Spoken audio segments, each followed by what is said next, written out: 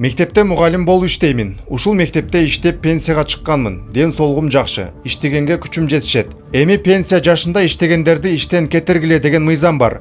Каалаган учурда иштен кетириш мүмкүн деп мектептин директору айтып жатат. Жумуштан кетпеш үчүн эмне кылсам болот? Анткени пенсиям жашоомо жетпейт. 2 небере багам.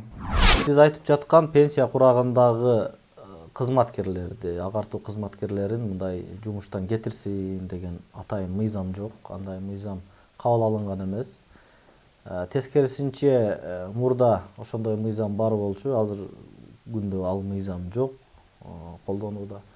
Ошондуктан бул балким ошол билим берүү тармагынын өзүнүн ички саясаты болушу мүмкүн. Мындай жаш кадрларды жумушка алып келүү боюнча иш чаралары болушу мүмкүн.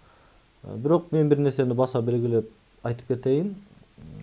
Адам жаш курагы боюнча анын абалы боюнча мындай кодолоого алынбаш керек. Демек, мындай куугунтуктоого алынбаш керек. Пенсия курагындагы жаран мугалим боло албайт деген мыйзам эч жерде жок.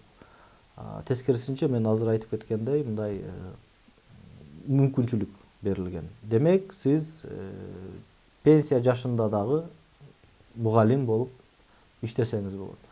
Мамлекеттик муниципалдык кызмат жөнүндө мыйзамда бул курактык чек көрсөтүлгөн. Бул курактык чек 65 жашты түзөт.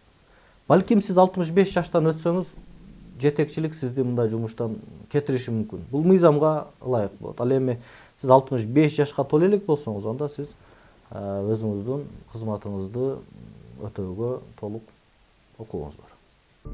Кыргыз Республикасынын Конституциясы 16-берене Кыргыз Республикасы өз аймагынын чегинде өзүнүн юрисдикциясында турган бардык адамдардын укуктары менен эркиндиктерин урматтайт жана камсыз кылат.